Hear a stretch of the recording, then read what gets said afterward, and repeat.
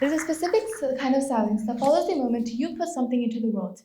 Maybe you applied for a job application and refreshed your email a dozen times.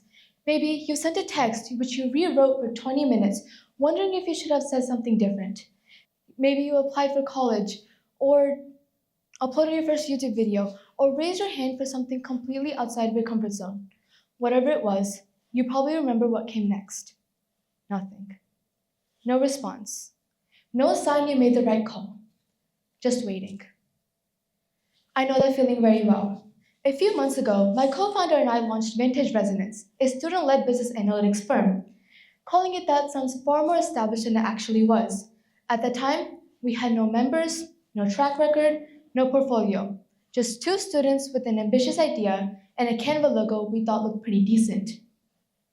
Well, think about it. We celebrate companies after they become successful. We admire accomplished individuals after they achieve something in life.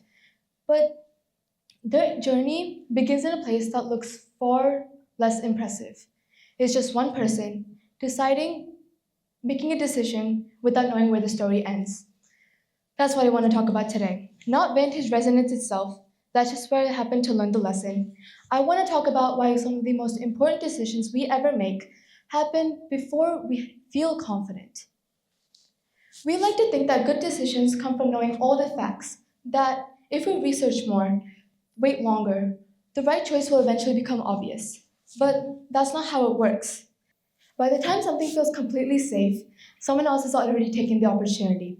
In investing, there's a phrase for this. It's called priced in.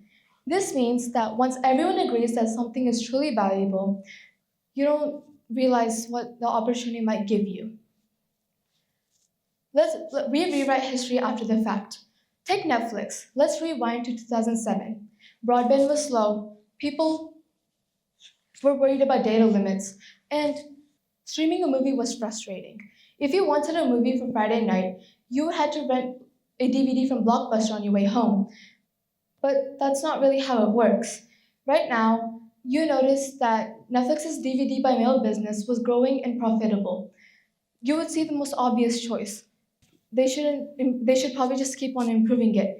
Instead, they built a streaming service which has a small catalog with bad video quality and expensive licensing. Blockbuster looked at the same facts and they made the opposite call. Protect what's working. They realized that was a safer decision in every boardroom meeting that they had that year. If you think about it, both companies saw this present, only one acted where the future was headed. Another example, Netflix wasn't alone.